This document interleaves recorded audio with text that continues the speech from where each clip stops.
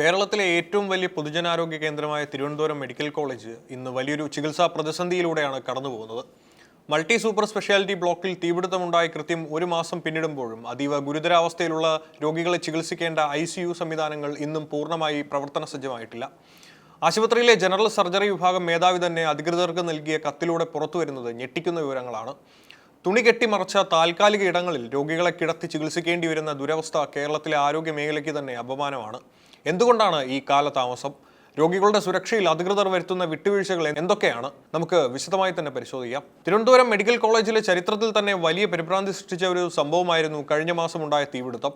എന്നാൽ ഈ അപകടത്തിന് ശേഷം സ്വീകരിച്ച പരിഹാര നടപടികൾ രോഗികളെ കൂടുതൽ ദുരിതത്തിലേക്കാണ് തള്ളിവിട്ടിരിക്കുന്നത്. മാർച്ച് 17 മെഡിക്കൽ കോളേജിലെ മൾട്ടി സൂപ്പർ സ്പെഷ്യാലിറ്റി ബ്ലോക്കിൽ അപ്രതീക്ഷിതമായി തീപിടുത്തമുണ്ടായത്. ഷോർട്ട് സർക്യൂട്ടാണ് അപകടത്തിന് കാരണമെന്നതാണ് പ്രാഥമിക നിഗമനം. തീ പടർന്നതോടെ ICUവിൽ ഉണ്ടായിരുന്ന അതീവ ഗുരുതരാവസ്ഥയിലുള്ള രോഗികളെയും കൂട്ടുകിടപ്പുകാരെയും വലിയ പ്രയാസപ്പെട്ടാണ് സുരക്ഷിത സ്ഥാനങ്ങളിലേക്ക് മാറ്റിയത്. ആശുപത്രിയുടെ പ്രവർത്തനങ്ങൾ മണിക്കൂറുകളോളം തടസ്സപ്പെടുകയും വലിയ തോതിലുള്ള നാശനഷ്ടങ്ങൾ സംഭവിക്കുകയും ചെയ്തു. തീപിടുത്തത്തിന് പിന്നാലെ രോഗികളെ താൽക്കാലികമായി സജ്ജീകരിച്ച ICUവിലേക്ക് മാറ്റിയിരുന്നു. അന്ന് ഒരു അടിയന്തര സംവിധാനം എന്ന നിലയിലാണ് ഇത് ചെയ്തതെങ്കിലും ഒരു മാസം പിന്നിട്ടിട്ടും രോഗികൾ ഇതേ താൽക്കാലിക ICUവിൽ തുടരുകയാണ്. ശാസ്ത്രീയമായ സുരക്ഷാ മാനദണ്ഡങ്ങൾ പാലിക്കാതെ വെറും തുണി കെട്ടിമറച്ചാണ് ഈ ICU പ്രവർത്തിക്കുന്നത്. രോഗികൾ ഇവിടെ എത്രത്തോളം സുരക്ഷിതമായ ചികിത്സയും അന്തരീക്ഷവും നൽകാനാകുമെന്നതിൽ വലിയ ആശങ്കയാണ് നിലനിൽക്കുന്നത്. അപകടം നടന്ന ഇത്രയും ദിവസമായിട്ടും പ്രധാന ICU പ്രവർത്തന സജ്ജമാക്കാൻ അധികൃതർക്ക് കഴിഞ്ഞിട്ടില്ല. അറ്റകുറ്റപ്പണികൾ വേഗത്തിൽ പൂർത്തിയാക്കി രോഗികളെ സുരക്ഷിതമായ വാർഡുകളിലേക്ക് മാറ്റുന്നതിൽ ആശുപത്രി ഭരണകൂടം വലിയ വീഴ്ച വരുത്തിയെന്നാണ് ആക്ഷേപം. ICU ഉടൻ പ്രവർത്തനക്ഷമമാകുമെന്ന് ആശുപത്രി അധികൃതർ ആവർത്തിച്ചു പറയുന്നുണ്ടെങ്കിലും ഇതിന് വേണ്ട പ്രായോഗിക നടപടികൾ ഗ്രൗണ്ട് ലെവലിൽ കാണാനില്ല. ഈ പ്രതിസന്ധി ഏറ്റവും കൂടുതൽ ബാധിച്ചിരിക്കുന്നത് അടിയന്തര ശസ്ത്രക്രിയ ആവശ്യമായ രോഗികളെയാണ്. ICU സംവിധാനം പൂർണ്ണമായി ലഭ്യമാകാത്തതിനാൽ പല ശസ്ത്രക്രിയകളും മാറ്റിവെക്കേണ്ടി വരുന്നു.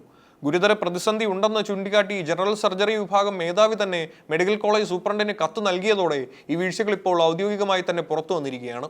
തിരുവനന്തപുരം മെഡിക്കൽ കോളേജിലെ ചികിത്സാ സൗകര്യങ്ങൾ താറുമാറായ സാഹചര്യത്തിൽ രോഗികളുടെ ജീവൻ അപകടത്തിലാണെന്ന് ഔദ്യോഗികമായി സ്ഥിരീകരിക്കുന്നതാണ് ജനറൽ സർജറി വിഭാഗം മേധാവിയുടെ കത്ത്. മെഡിക്കൽ കോളേജ് സൂപ്രണ്ടിന് അയച്ച ഈ കത്ത് ഭരണപരമായ അനാസ്ഥയെയും രോഗികൾ നേരിടുന്ന ദുരവസ്ഥയുടെയും നേർചിത്രമാണ്. തീപിടുത്തത്തിന് പിന്നാലെ സജ്ജീകരിച്ച താൽക്കാലിക സംവിധാനങ്ങൾ ഒരു മെഡിക്കൽ കോളേജിന് ചേർന്നതല്ലെന്ന് കത്തിൽ വ്യക്തമാക്കുന്നു. ICU പ്രവർത്തിക്കുന്നത് വെറും തുണി കെട്ടിമറച്ചാണ്. ഇത് ശാസ്ത്രീയമായ അണുനശീകരണ പ്രക്രിയയെയും രോഗികളുടെ സ്വകാര്യതയും ബാധിക്കുന്നു. അതീവ ഗുരുതരാവസ്ഥയിലുള്ള രോഗികൾക്ക് നൽകേണ്ട പ്രത്യേക പരിചരണം ഇത്തരം സാഹചര്യങ്ങളിൽ അസാധ്യമാണെന്ന് കത്തിൽ ചൂണ്ടിക്കാണിക്കുന്നു. ICU സൗകര്യങ്ങൾ പരിമിതമായതോടെ ശസ്ത്രക്രിയകൾ കൃത്യസമയത്ത് നടത്താൻ കഴിയുന്നില്ല എന്നതാണ് ഏറ്റവും വലിയ വെല്ലുവിളി. സർജറി കഴിഞ്ഞ രോഗികളെ നിരീക്ഷിക്കാൻ കൃത്യമായ ICU വാർഡുകൾ ലഭ്യമാകാത്തതിനാൽ അത്യാവശ്യമായ പല ശസ്ത്രക്രിയകളും മാറ്റിവെക്കേണ്ടി വരുന്നു. ഇത് രോഗികളുടെ രോഗാവസ്ഥ കൂടുതൽ സങ്കീർണമാകാൻ കാരണമാകുന്നുണ്ടെന്ന് ജനറൽ സർജറി വിഭാഗം മേധാവി മുന്നറിയിപ്പ് നൽകുന്നു. ഒരു സൂപ്പർ സ്പെഷ്യാലിറ്റി ആശുപത്രി പിന്തുടരേണ്ട മെഡിക്കൽ പ്രോട്ടോക്കോളുകളുടെ നഗ്നമായ ലംഘനമാണ് ഇവിടെ നടക്കുന്നത്. തുണി കൊണ്ട് വേർതിരിച്ച വാർഡുകളിൽ അണുബാധ തടയുക എന്നത് അസാധ്യമാണ്. ശസ്ത്രക്രിയയ്ക്ക് ശേഷമുള്ള രോഗികളുടെ ജീവൻ രക്ഷിക്കാൻ ഇത്തരം സംവിധാനങ്ങൾ ഒട്ടും പര്യാപ്തമല്ലെന്ന് വകുപ്പ് മേധാവി കത്തിൽ കടുത്ത ഭാഷയിൽ വിമർശിക്കുന്നു. ഈ സാഹചര്യം തുടരുന്നത് രോഗികളുടെ ജീവൻ വെച്ചുള്ള കളിയാണെന്നും അടിയന്തരമായി ICU പ്രവർത്തന സജ്ജമാക്കാൻ ഭരണതലത്തിൽ ഇടപെടൽ വേണമെന്നും കത്ത് ആവശ്യപ്പെടുന്നു. ICU ഉടൻ പ്രവർത്തനക്ഷമമാകുമെന്ന് അധികൃതർ പറയുന്നുണ്ടെങ്കിലും ഈ കത്ത് പുറത്തു വന്നതോടെ ആശുപത്രിയിലെ പ്രതിസന്ധി എത്രത്തോളം ആഴത്തിലുള്ളതാണെന്ന് ജനങ്ങൾക്ക് ബോധ്യപ്പെട്ടിരിക്കുകയാണ്. ഒരു സൂപ്പർ സ്പെഷ്യാലിറ്റി ആശുപത്രിയിലെ തീപിടുത്തം പോലെ ഒരു അത്യാഹിതം സംഭവിച്ചാൽ യുദ്ധകാല അടിസ്ഥാനത്തിൽ പരിഹാര നടപടികൾ സ്വീകരിക്കേണ്ടതുണ്ട്. എന്നാൽ തിരുവനന്തപുരം മെഡിക്കൽ കോളേജിന്റെ കാര്യത്തിൽ ഭരണകൂടം കാണിക്കുന്ന ഈ മെല്ലപ്പോക്ക് സാധാരണക്കാരായ രോഗികളെയാണ് മരണത്തിലേക്ക് തള്ളിവിടുന്നത്. മാർച്ച് 17 തീപിടുത്തം ഉണ്ടായിട്ട് ഇന്നേക്ക് ഒരു മാസം പിന്നിടുകയാണ്. ഇത്രയും കാലയളവ് ലഭിച്ചിട്ടും ആധുനിക സജ്ജീകരണമുള്ള ICU പ്രവർത്തന സജ്ജമാക്കാൻ കഴിയാത്തത് ഉദ്യോഗസ്ഥ തലത്തിലുള്ള വലിയ വീഴ്ചയായിട്ടാണ് കണക്കാക്കപ്പെടുന്നത്. കേവലം വയറിംഗ് ജോലികളും അറ്റകുറ്റപ്പണികളും പൂർത്തിയാക്കാൻ ഒരു മാസം വേണ്ടിവരുന്ന മെഡിക്കൽ കോളേജ് ഭരണകൂടത്തിന്റെ കഴിവില്ലായ്മയാണെന്ന ആക്ഷേപം ശക്തമാണ്. ICU നിർമ്മാണം പൂർത്തിയാകാത്തതിനാൽ ഇപ്പോൾ തുണി മറച്ചു കെട്ടി താൽക്കാലിക ഇടങ്ങളിലാണ് രോഗികളെ ചികിത്സിക്കുന്നത്. ഇത്തരം സംവിധാനങ്ങളിൽ അണുബാധ തടയാനുള്ള മാർഗങ്ങളില്ല. ഇത് രോഗികളുടെ നില കൂടുതൽ വഷളാക്കാൻ കാരണമാകുന്നു. ഭരണതലത്തിൽ കൃത്യമായ ആസൂത്രണം ഉണ്ടായിരുന്നെങ്കിൽ ഇതിനോടകം തന്നെ സുരക്ഷിതമായ മറ്റൊരു കെട്ടിടത്തിലേക്ക് ICU മാറ്റാൻ കഴിയുമായിരുന്നു.